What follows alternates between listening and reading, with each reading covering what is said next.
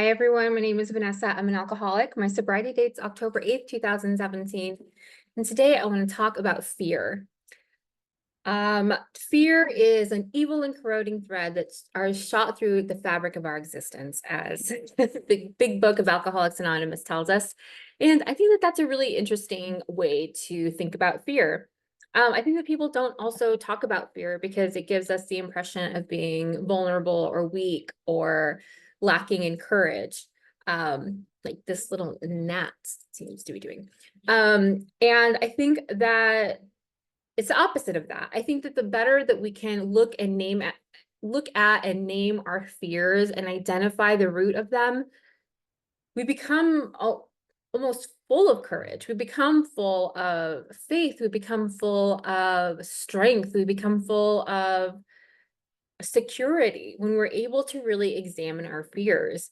And I think that it's completely underrated. A lot of people are not really. I was talking to my sponsee this morning, and she was saying that one of her favorite parts about the resentment sheets is really looking at delusions, because as a society, we're not encouraged to, when we're looking at a resentment, to think about or to even examine what the story is that we're telling ourselves about this resentment. And a big part of that is we are not telling ourselves that we're actually afraid. Mark Houston has this thing that he says that whenever you see somebody who's full of rage, like full of anger, that if you're really brave, you should stop and ask them, what are you afraid of right now? And I think that that is so powerful. I especially when I was younger, and especially in my alcoholism, like I was like a rageaholic. I was extremely angry all of the time. A lot of that had to do with these fears that can still come up to this day, that are of not being valued, not being seen, not being respected, not being worthy enough. And the only way that I could really like feel like I had a voice was by throwing outrageous tantrums to make sure that I got what I needed, what I thought I needed. And of course that ended up just explosive and was very hurtful to a lot of people around me, and to myself as well, right?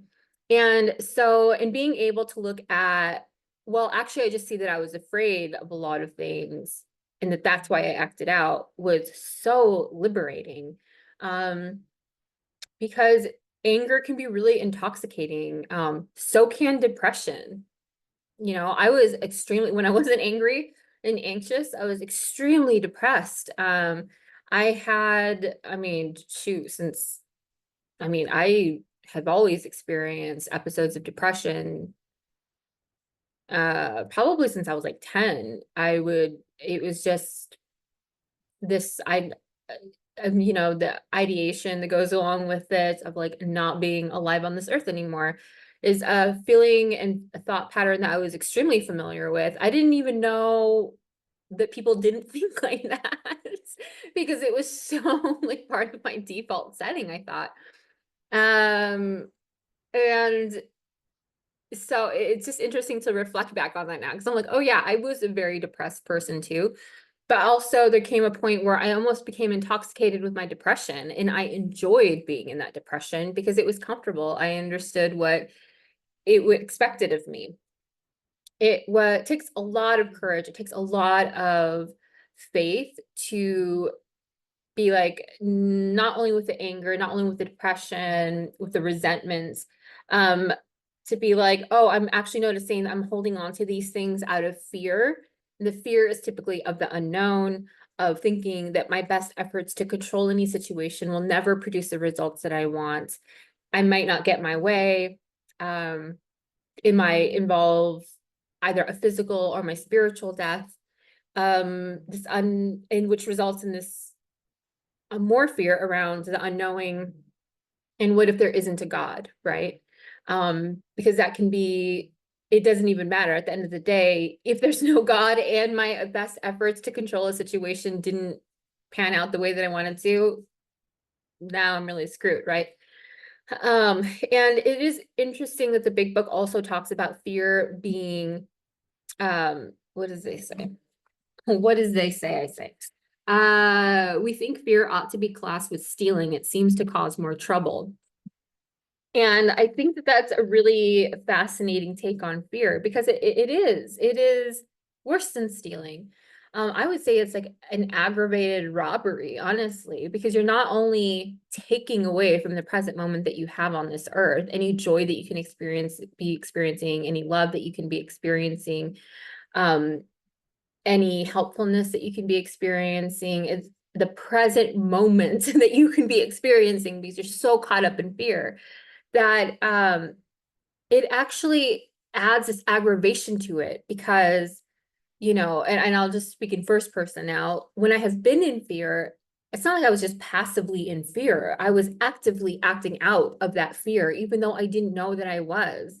This can look like, yeah, lashing out at people, that kind of thing, but it can also be a lot more subtle, like just pushing people away. That can come out of fear.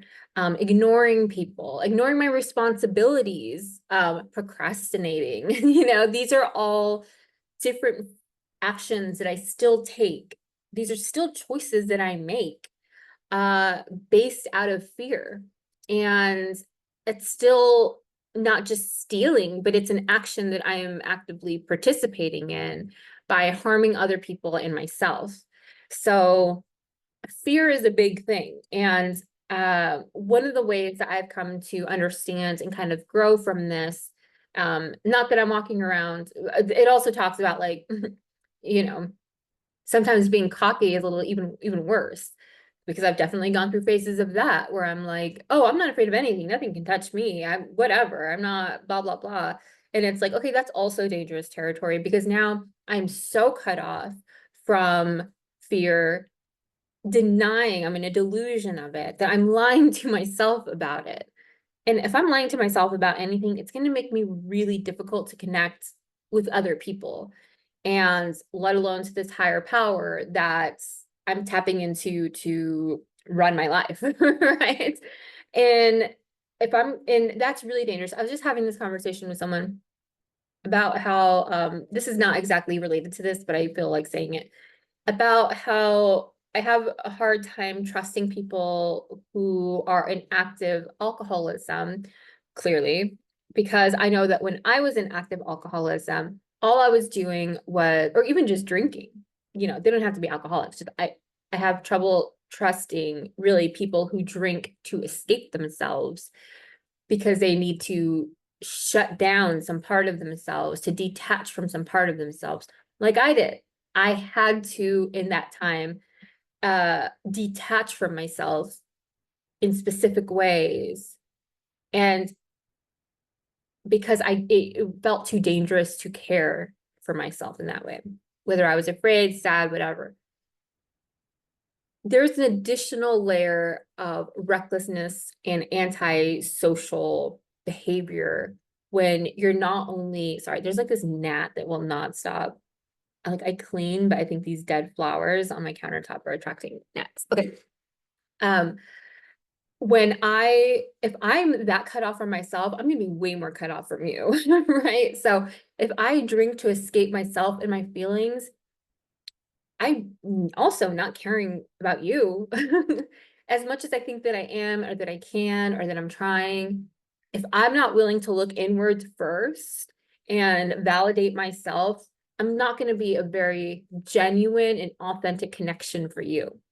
And a part of that looked at attributing how that disconnection came about because of my fears.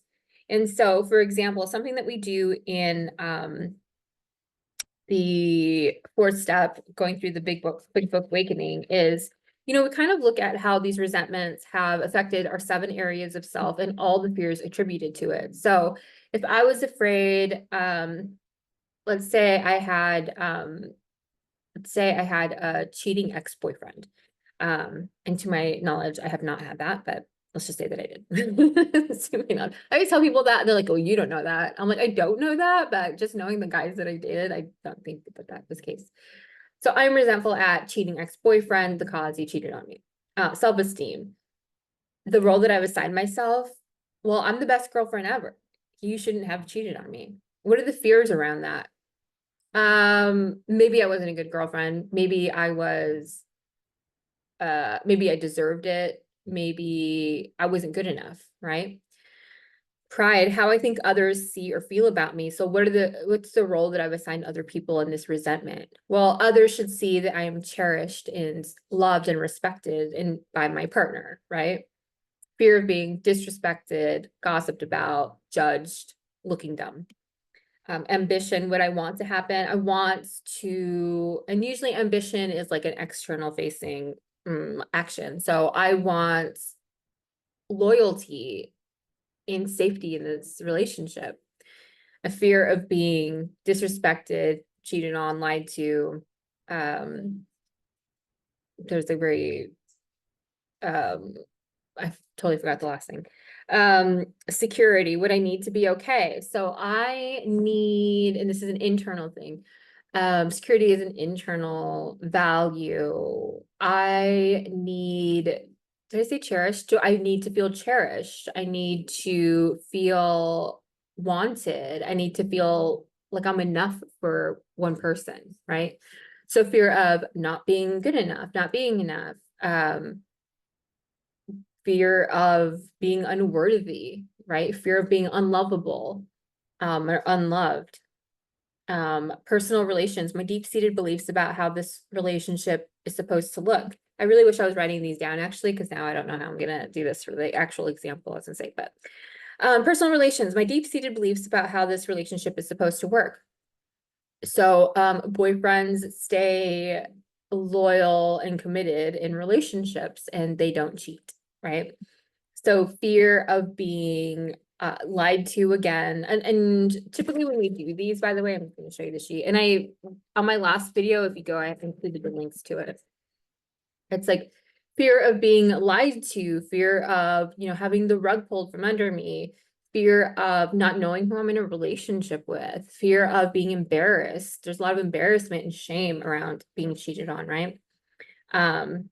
Sex relations, my deep-seated beliefs about how real men and women are supposed to be. And this is always reflecting on our own sex, so our own identity, our own gender, and all the responsibilities that come with it. So a real woman would be enough for her man, right? Fear of not being enough, fear of not being good enough, fear of being unlovable, etc. And then there's the pocketbook part, which is typically is anything that's financially related, but I also translate this, as it's been taught to me, to anything that of value. So how does this affect anything of value that I hold, that it's a resource? And this can be time, this can be trust, this can be belief in relationships. So no one should impact my ability to feel loved or to have trust in a relationship. Or no one should waste my time if they're not going to be committed and loyal to me, right? Fear of being wasting my time, fear of being lied to, fear of not being able to trust again, fear of being hurt. So all of these fears are now attributed to an ex-boyfriend who cheated on me, right? And then I'm not going to do the realization part in the back of it, but overall, we would get down to what are the fears that are driving the rest of the resentment. And it's like, well, I was afraid that if he cheated on me, I was afraid that being cheated on was a reflection of my lack of value or worthiness to be loved and in a healthy, happy, committed relationship. And that if I couldn't make it work with this person, I wouldn't be able to make it work with anybody. And that it must be a reflection of me and who I am. Whether, oh my gosh, whether it is, that I'm just unworthy or that I don't know how to choose men who take me seriously or something, right? So you would write down all of those words: disrespected, unloved, not enough, unworthy, lied to, shame, embarrassment, gossip, being judged, I'm duplicating these now, and put them on this inventory sheet. I'm sorry, a fear grid. And I, of course, didn't print them out. But it's important to know, again, this is all to know that at the basis of these resentments are just fears. So all these people who have hurt me, I actually just have, it's not that they just hurt me, but it's that I'm holding on to that hurt because I'm afraid it's a reflection of who I am and of my worthiness. I'm afraid that their actions are a reflection of my identity. And again, this is way more dangerous than stealing. This is way worse than just being stolen from, because we are almost like giving away our power to other people's actions, which is super problematic because we're all humans. How many people did you offend today? You know, I offend people every day. I don't even know it until somebody tells me, and I'm like, oh, my bad. I did not mean to do that. So then we would list out all of our fears. And so you would write them all the fears down this way. So unloved, not enough, unworthy, you know, blah, blah, blah. And then take each of those fears and examine, why do I have this fear? So if I have a fear of not being good enough, why do I have this fear? Well, because that means that I'm unwanted. And why am I afraid of being unwanted? Because that means that I'll be alone. And why am I afraid of being alone? Because it's emotionally painful. Okay, well, why are you afraid of being emotionally painful? Because then I'll start drinking. All right, well, why are you afraid of drinking? Because I'm afraid of dying. And why am I afraid of dying? Because I'm afraid of the unknown. And what if I'm afraid of the unknown? What around the unknown am I afraid of? Well, maybe there's not a God. Okay, well, if there's not God, why am I afraid of that? Well, because it means that my reliance on self, it's failed me. That even under my own best judgment, my best circumstances, my best effort to control being enough, I wasn't able to pull it off. And if there's nothing out there that's going to save me, I can't save myself either. And that's a little terrifying. And it's also why the fourth step comes after the third step, where we fully establish that we, in the second step, understand and acknowledge this power that is greater than us. Because only when we can really trickle into that and say, okay, and then the third step, that from now on, my will is aligned to God's will, this higher power, then we get into the fourth step and see all of the times that we didn't align ourselves with God's will and ended up causing more harm in a lot of places, in a lot of different ways, that now we want to become aligned to God's will, right? Because we don't want to continue to repeat and live and make decisions based on fear. So many people make decisions based on fear. We're just living life run by fear. And people will say, oh, well, it's so cowardly. Like, you're such a weak person if you think that you need God. It's like, it takes tremendous amount of courage to believe in God and to have faith. It takes a tremendous amount of strength to believe that things are going to work out. It requires a tremendous amount of vulnerability to think that things can be good. Because you're serving yourself on a platter to essentially be disappointed. And guess what? You're going to get disappointed and you're still going to be okay, because that greater power has still got you. And all of that running around, all that running amok that was fueled by fear, it's never going to produce the results that we need when we are fueled by this alignment with this higher power that is pure, that is unselfish, that is loving, and that is true. It is true. It is true for me as it is for you, for anybody who's walking around on this earth. So that said, I was kind of explaining to my so my sponsee, like, we never really get to sit around and talk about our fears, right? And sometimes we think it's the same fear over and over again. It's that feeling of, okay, not good enough, unworthy, unloved, judged. Mine came up a lot of like being judged. When I did my inventory, I had a lot of fear of being judged. And guess what? I was an extremely judgmental person. I think maybe now I veered quite the opposite, and like I could give a shit what anybody thinks at this point. But also, maybe I need to tamper that with a little bit of self-awareness, but I'm also not judgmental of other people at all anymore because I've gotten free of that, right? So imagine if we got rid of this fear of not being worthy enough, we begin to see and value the worthiness of other people. If we get in ourselves, right? If I get over this fear of being unloved, I get to really sit and bask in how much I really am loved and extend that love to other people.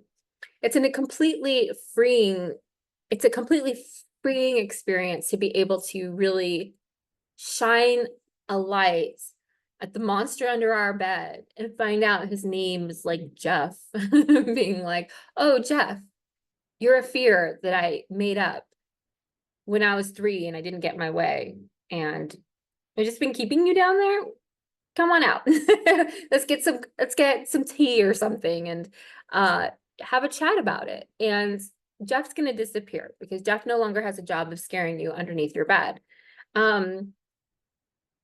One thing is that even though these fears that we've been dragging around and letting dictate our lives for decades eventually become eradicated in this flavor under the guise of these resentments, it is only human that these fears will come up again, right? So like if I had a fear of unworthiness in relationships, maybe I don't have that fear anymore, but it'll come up in my job. You know, maybe I'm overperforming and being a maniac at work because I feel like I'm not good enough at my job.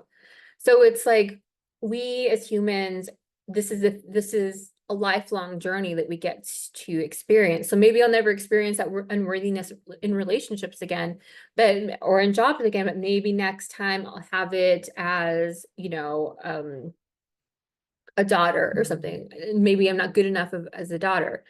And it's like these fears, they will come up for the rest of our lives, but we don't need to be dictated by them anymore. We don't need to make decisions based on fear, which makes life a lot smoother. The thing is that it requires a tremendous amount of courage to be able to look that inwardly, that honestly. But it's essential to become unblocked from ourselves, from this greater power that exists in this world, which is love, and also to connect to other people on that power versus connecting with other people out of fear.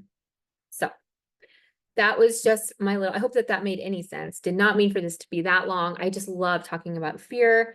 If anyone has any questions or comments about your experience with fear, please let me know. All right. I love you guys. Have a good rest of your day. Okay, bye.